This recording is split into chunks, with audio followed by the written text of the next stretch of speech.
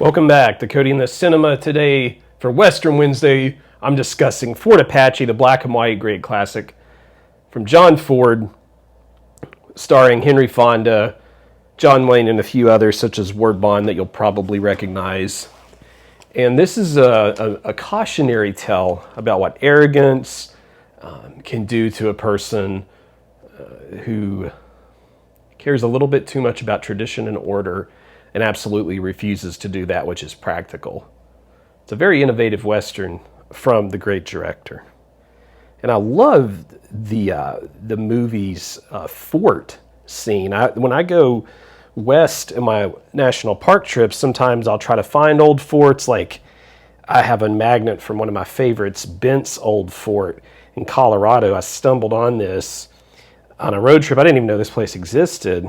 And I love that atmosphere, the history behind it.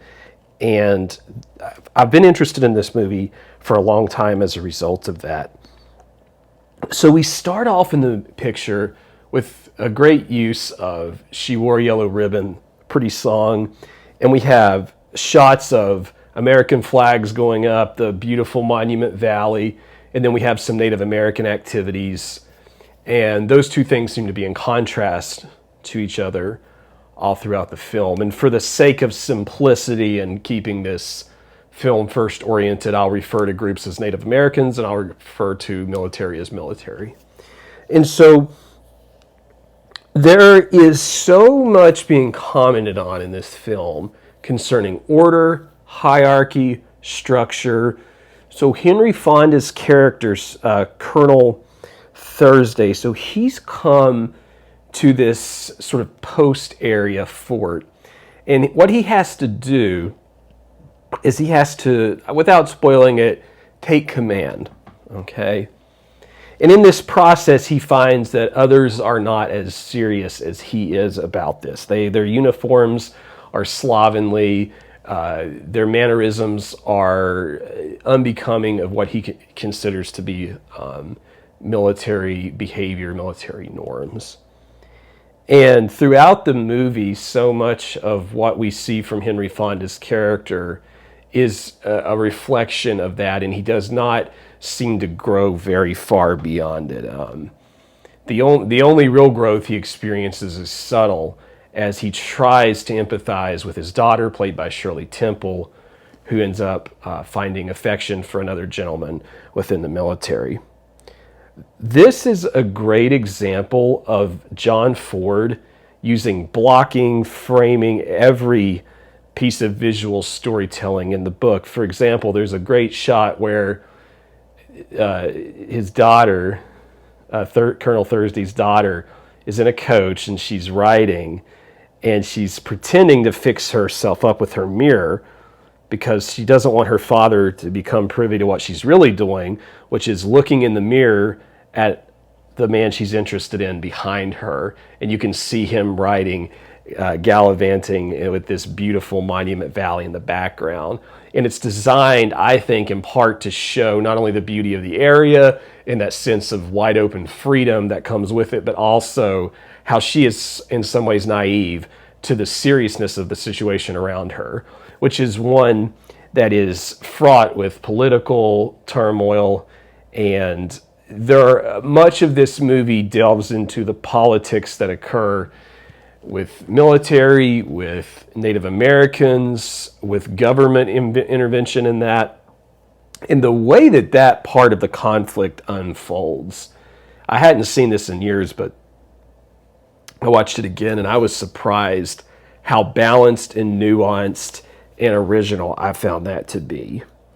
So again, I want to talk about, the blocking. There's a shot, and I hadn't noticed this before. On a rewatch, it just really impressed me.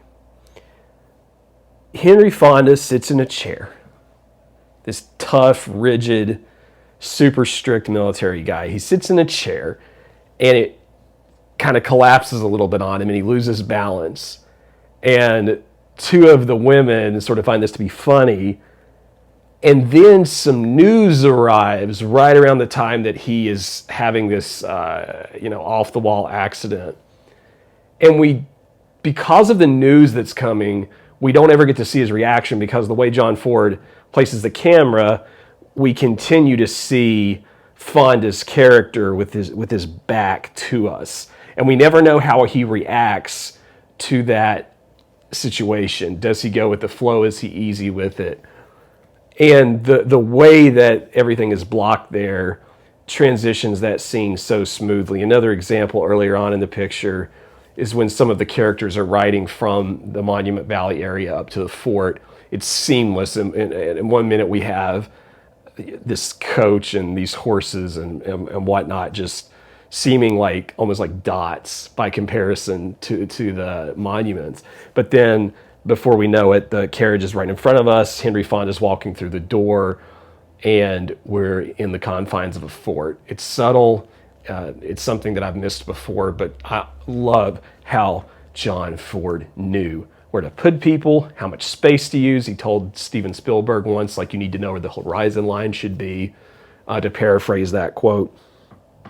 And something else that Ford's always good at, and he's very good at here, is a dry humor. There's a great sequence of comedy with some of these underprepared men trying to ride on horses.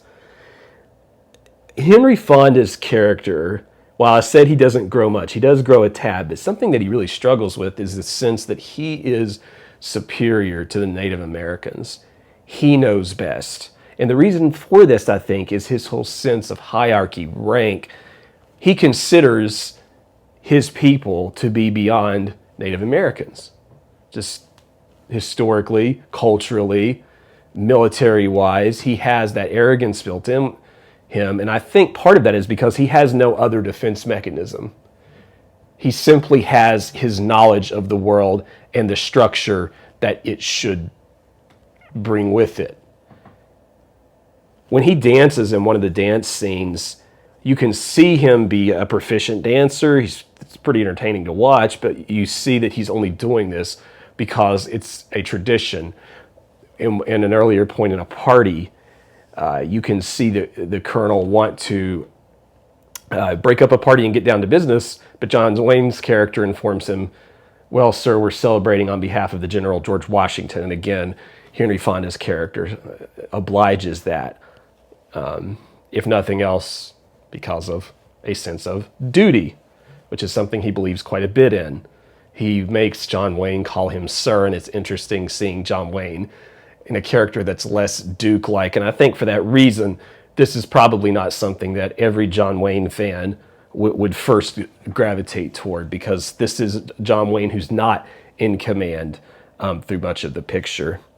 There is a brilliant shot where, toward the end, where John Wayne is around some smoke and another group rides off. And toward the end of the movie, if you choose to see this, pay attention to that shot and really take it in. That is how visual storytelling is done at its absolute finest. Other thoughts on this picture? I know multiple great directors have referenced it, and for me, this is probably just around the top tier of Ford, maybe not quite like Liberty Valance or The Searchers, but it's definitely one you should see.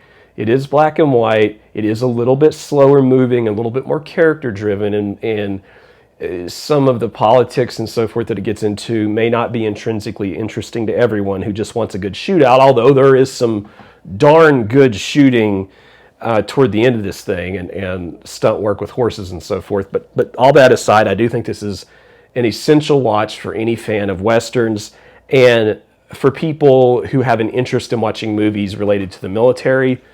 You need to see this whether you like Westerns or not, because I think that some of the commentary it makes concerning matters that are universal to any time period in the history of the armed forces, you're going to like that, I would just about imagine. So something good to show to people in your family who are familiar with that. Those are my thoughts on the picture. I really like it. I always like John Ford. I always get excited to talk about his movies. The Searchers remains one of my absolute favorite movies. Let me know in the comments below what your thoughts are on the film, if you liked it or if you haven't seen it, or maybe you're adding it to your list of John Ford movies to see. And I will see you next time on my channel. Do not forget to like and subscribe.